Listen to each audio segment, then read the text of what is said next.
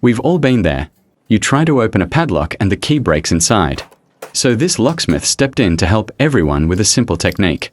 The solution may be temporary, but it's highly effective.